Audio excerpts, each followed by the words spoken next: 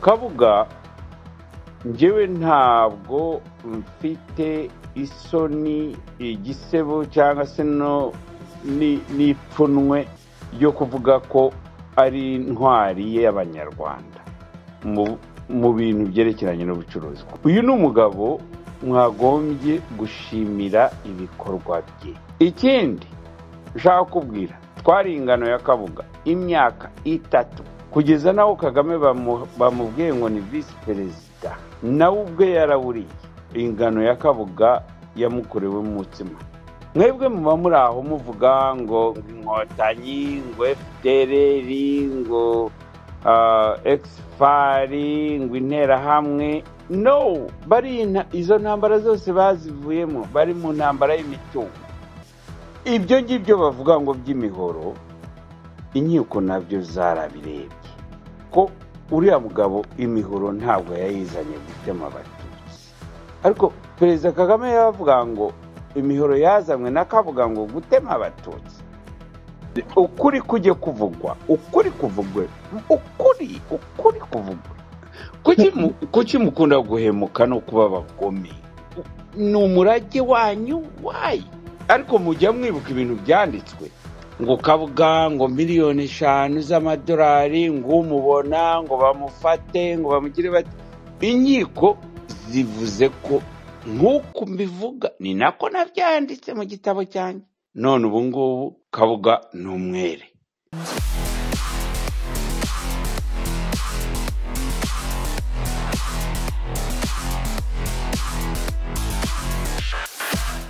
Urabona Kabuga Felicien yari umucuruzi.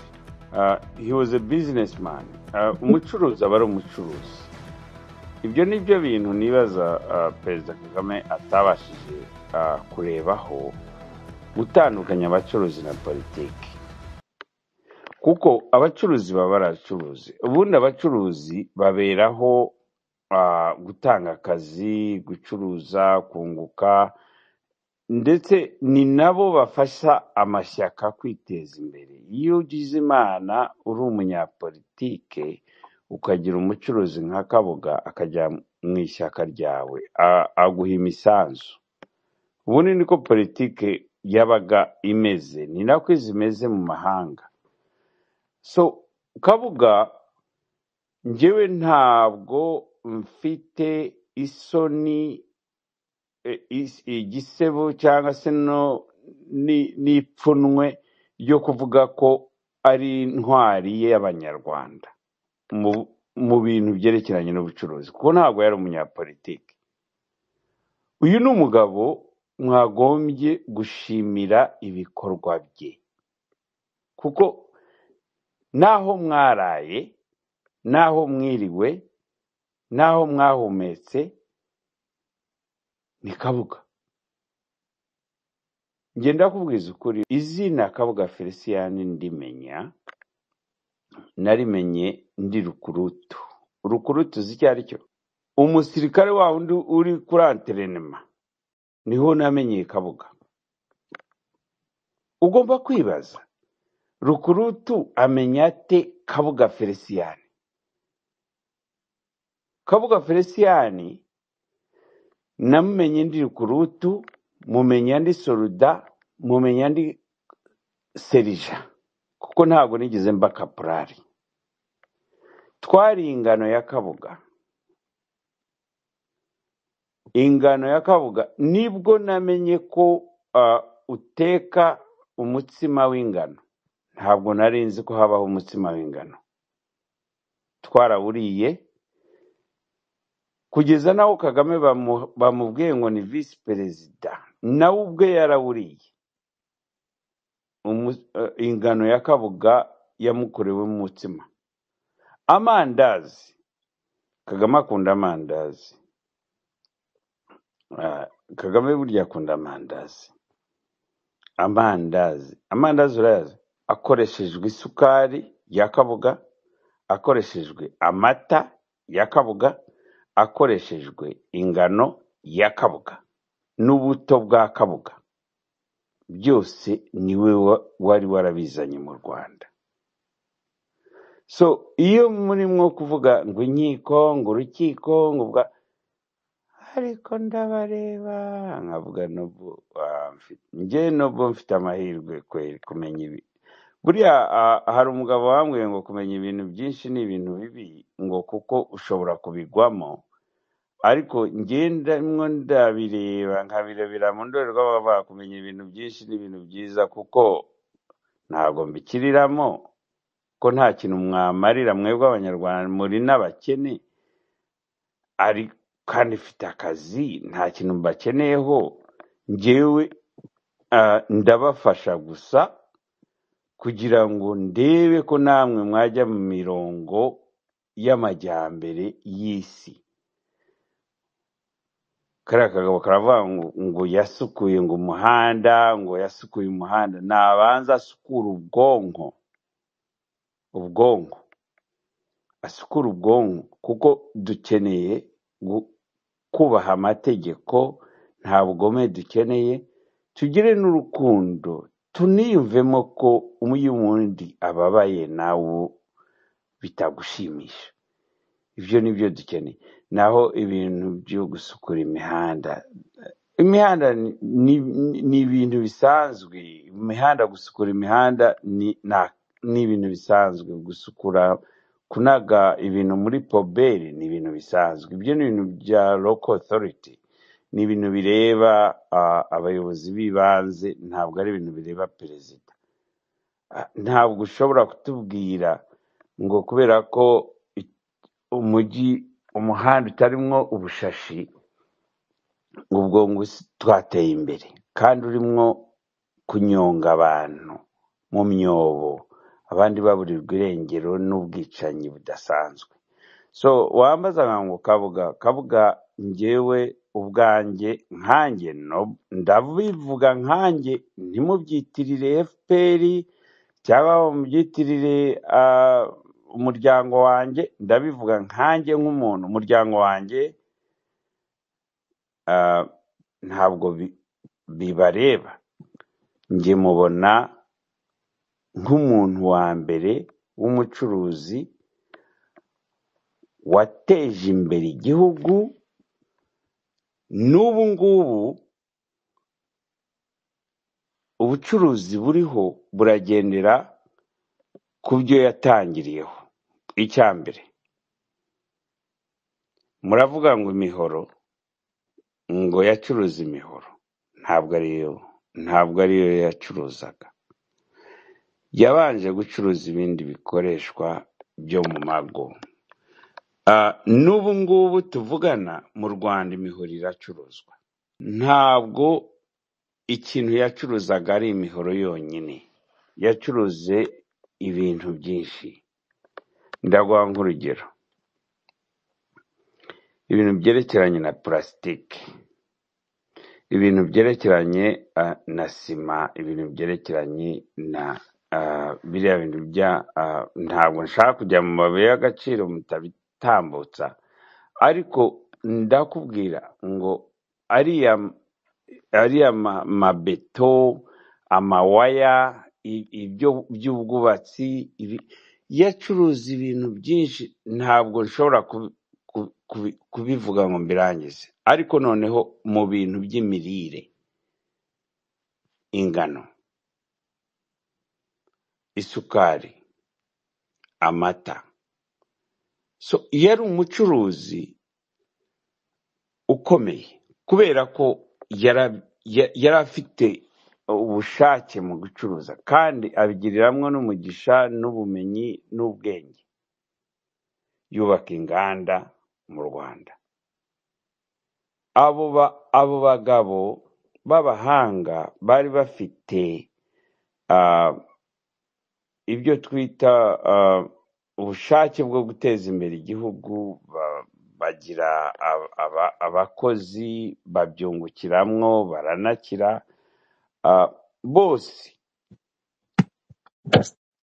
iyi leta ya FPRG nibo yabashe kumanuka buriya nibwo reba bavuga ngo barashaka Kabuga kwa Rwanda ntago bamushaka kugira ngo bamufungire ibyaha nta cyaha afite ni ukumushaka kugira ngo aze babashe kumushyiraho ikindi cyaha, noneho imitungo ye mu nyandiko bayimunyage, kuko 100% aramutse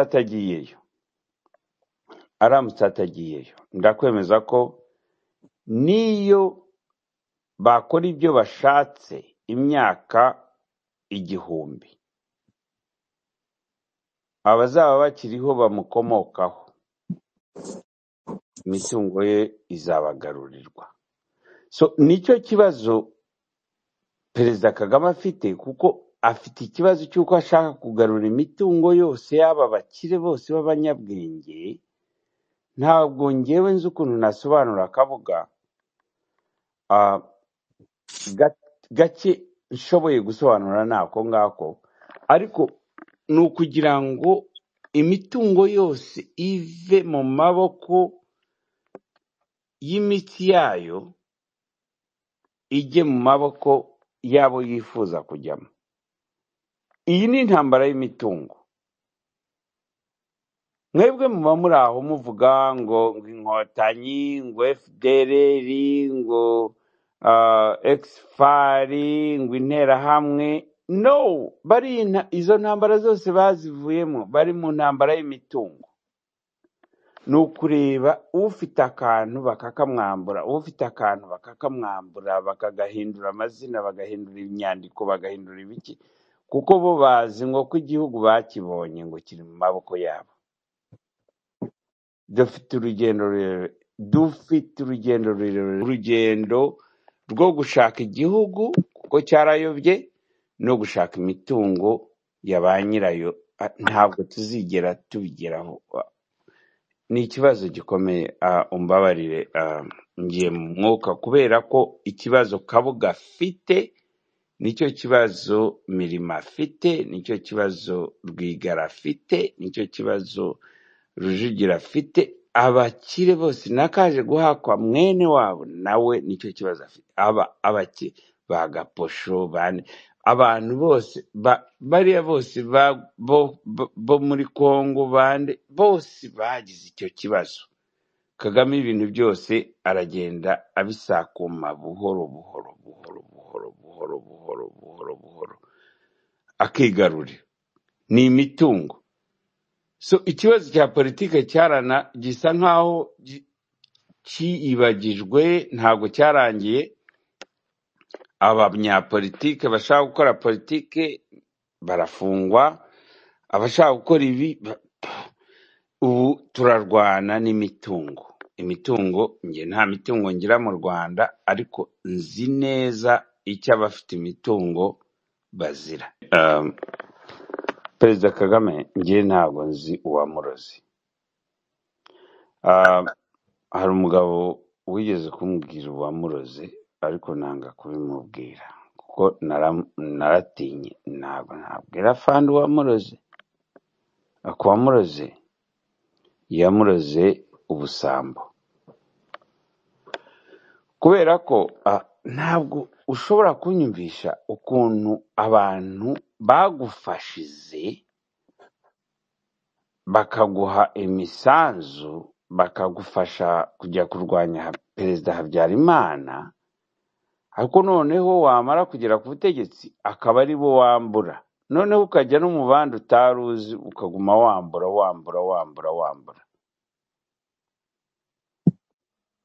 None se Rosemary, urumva ngewe nagusobanurira ikibazo cya Perezida Kagame? Ngewe uriya mugabo nta nubwo muheruka. Umugabo we arwana n'ibintu, arashaka ibintu byose ko bijya mu mufuko we. Abana be baranakuze, nabo barashaka ibintu. Umuryango wabaye munini. Nge nasize ari we n'utwana twe, none babaye 20. Ku kintu rero cyerekeranye no kuvuga ngo Muzeyi Felicien ntabwo aragira u Rwanda. None se yagira u Rwanda gukora iki? Ibyo barabitwaye. kugira ngo bamwambure nicyo bamushakira. Erega aramutse agiye i Rwanda, urabona nk'ubu njye nubwo nshaje ariko hari abantu mvugana nabo, hari n'abantu banyumva bazi neza ko Kabuga Felicien yari businessman, umucuruzi. Ni ukuvuga ngo leta zirahinduka, kuko n'iyi ngiyi dufite iri i Rwanda ntabwo twari tuzi ko izabaho, sibyo? Ninde wari uzi ko hazabaho leta ya Kagame? Mumanike akaboko kirasi.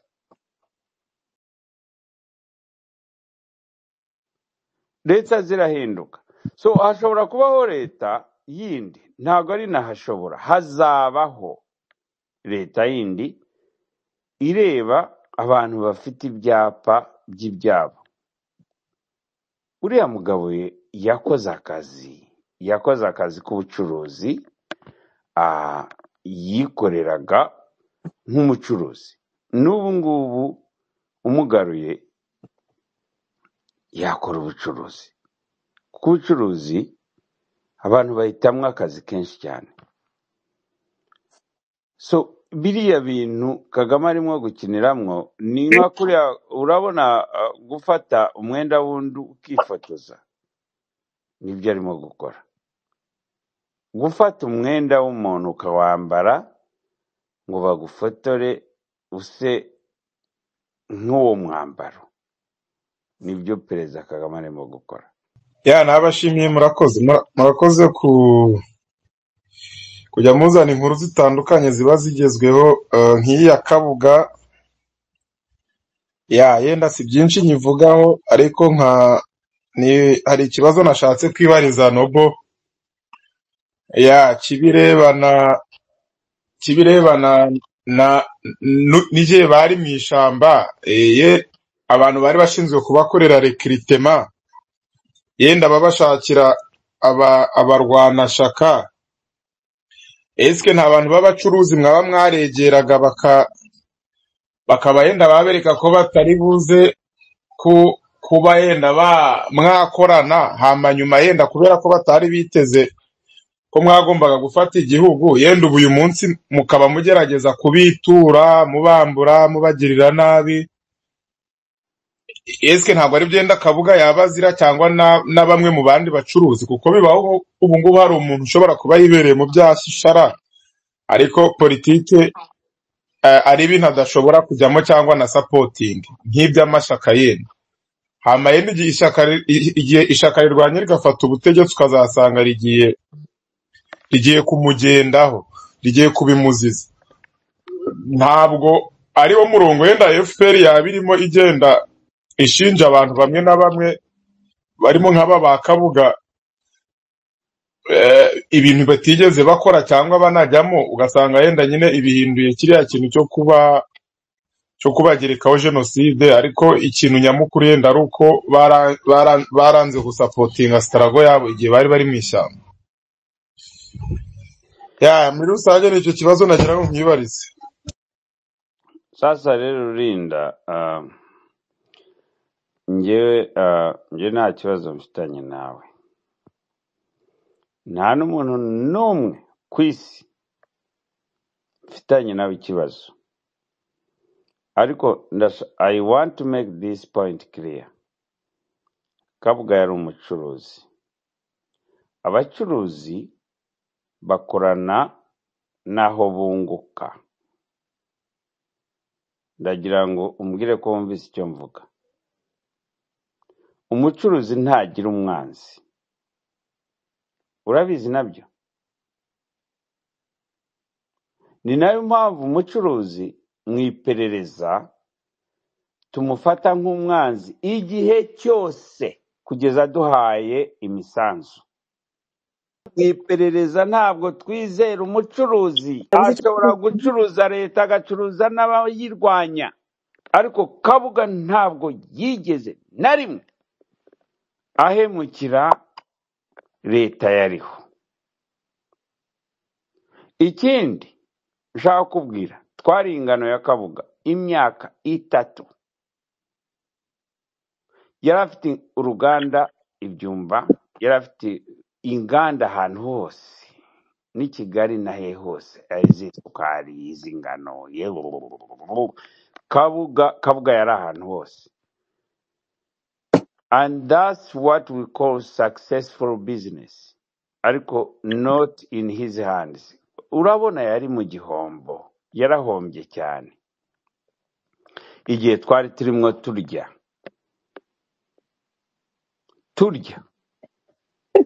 jewe ubwanjye inda yanjye ingano ya Kabuga yariye ni igihombo, harimo ingano nyinshi cyane twariye turanya. Abasirikare bose bariye ingano ya Kabuga, isukari ya Kabuga, amata ya Kabuga Felicien. So uyu mutipe ntabwo nzi icyo ashaka kuvuga. Kabuga ntabwo yigeze aba umupolitisiye, habe n'umunsi n'umwe, ntabwo yigeze ajya muri politiki. ikintu ndi kuvuga ini, urabona ushobora kuba utari umucuruzi uri muri politike, ariko njye ntabwo tumaze kugira ibiganiro harya ni bibiri, Rurindaza, ariko ntabwo ndamenya ikintu Rurinda ashaka. Ni Rurinda sinajya guhemuka, ni wa Rurinda wa kera wo mu biganiro bya Kinyarwanda. oya rindi murashaka kumenya gusa, niyo mpamvu ubona mba naje gukurikirana kuko ufite byinshi uzi, niyo mpamvu. None wowe urashaka jye cyangwa urashaka kuganira? We ariko umuntu yaganira n'abantu benshi, iyo umuntu aguhisemo agafata n'iminota 30 cyangwa isaha, nuko nyine umuntu hari ibyo abakeneye kumenya. Reka nkubwire hari ibintu bibiri bizanteranya n'abanyarwanda. Ntabwo ari umwami Kigeli, umuntu uzabeshyera Bizimungu Pasiteri cyangwa akabeshyera Kabuga, tuzabipfa. Ikibazo ngenda kubwiye uriya mugabo, he was just a businessman. Ibyo ngibyo bavuga ngo by'imihoro, inkiko nabyo zarabirebye, kandi ntabwo nshaka kwivugaho nk'abandi bantu bakunda kwivugaho, ariko nanjye nari ndimo kubibona ko uriya mugabo imihoro ntabwo yayizanye gutema abatutsi nk'uko Perezida Kagame yabivuze ngo imihoro ngo yazanywe mu Rwanda gutema abatutsi. Imihoro nanjye ndawufite hano. Umuntu udafite umuhoro mu nzu, ubwo nta giti afite mu muharuro cyangwa mu famu. Imihoro irakenerwa mu mago, ariko Perezida Kagame yavuga ngo imihoro yazanywe na Kabuga ngo gutema abatutsi. Ibyo bintu byose byarabaye. Erega njye ntabwo nibagirwa, nifitiye agatwe gato ariko katibagirwa. Abeshyera Kabuga ngo Kabuga ngo yaguze imihoro, ngo yakoze kontra y'imihoro ngo yo kuzaza gutema abatutsi. Umugabo baramufunga, baramukurikirana, Amerika irahaguruka bashyiraho niba ngo ari miliyoni 5 z'amadolari ngo uzamubona. Uwo ni Clinton. Umunyarwanda wese ufite igitekerezo kibazo. Reka nkubwire Kabuga nuko abana be ntabwo tuvugana. Ubundi twagombye no kurega Amerika no kubakurikirana. Iriya leta yabo yavuze ngo Kabuga ngo bashyizeho ngo manda dare, ngo uzabona ngo Kabuga ngo azishyure, ngo bazamwishyura miliyoni 5, hanyuma inkiko zikaba zimubona ari umwere. Ngiye kubwanjye numva ukuri kujye kuvugwa, ukuri kuvugwe. Ubugome mushaka ubwiki? Kuki mukunda kuba abagome? Kuki mukunda guhemuka no kuba abagome? Ni umurage wanyu wayi. Ariko mujya mwibuka ibintu byanditswe ngo Kabuga ngo miliyoni 5 z'amadolari, ngo umubona ngo bamufate ngo bamugire bati. inkiko zivuze ko nk'uko mbivuga ni nako nabyanditse mu gitabo cyanjye, none ubu ngubu Kabuga ni umwere. Kagame ahita ajya mu gitanda, icyo gihe ahita ajya mu cyumba agatangira kuvuga ikibazo cya Delegado na Nuza na Mozambique. Ntabwo ashaka kuvuga ku kibazo kiriho. Mwebwe ingano ya Kabuga twariye kuva muri 90 na kangahe, isukari ye, inganda ze zirafungwa, amamodoka ye, abasirikare barayagonga, ibiki, amazu, ibiki, inzu ya Kabuga. Hanyuma mwarangiza mukaza reba inkwi muvandimwe ambajije akabazo k'ubwana, ariko Kabuga arashaje of course, kuko abantu ntago babaho igihe cyose. So ngiye ku bwanjye rero nakubwira ko ku kibazo cya Kabuga Felicien nge mubana urabona muri Bibiliya hari umugabo wari ushinzwe ikigega kigaburira abakene. Ntabwo mbyibuka ariko nshobora gusubira muri Bibiliya nkabireba. Hari urabona Yosefu ava muri Isirayeli ajya muri Egiputa, yajyanyweyo nka sinzi ukuntu bamujyanye nka slave. Aragenda yubaka ubuzima, arangije yubaka ibigega ari nabyo byajemwo gukurikirana ukuntu abantu bazabaho inzara iteye. Igitero rero cyacu cyateje inzara, ariko ibiryo byavuye mu bigega byubatswe na Kabuga Felicien. So ngenda kubwira nk'uko Kigali inyanga ikanga na Kabuga, ni nako kuri. Ariko Kabuga ntabwo yari umunyapolitiki habe na gato, yari umucuruzi.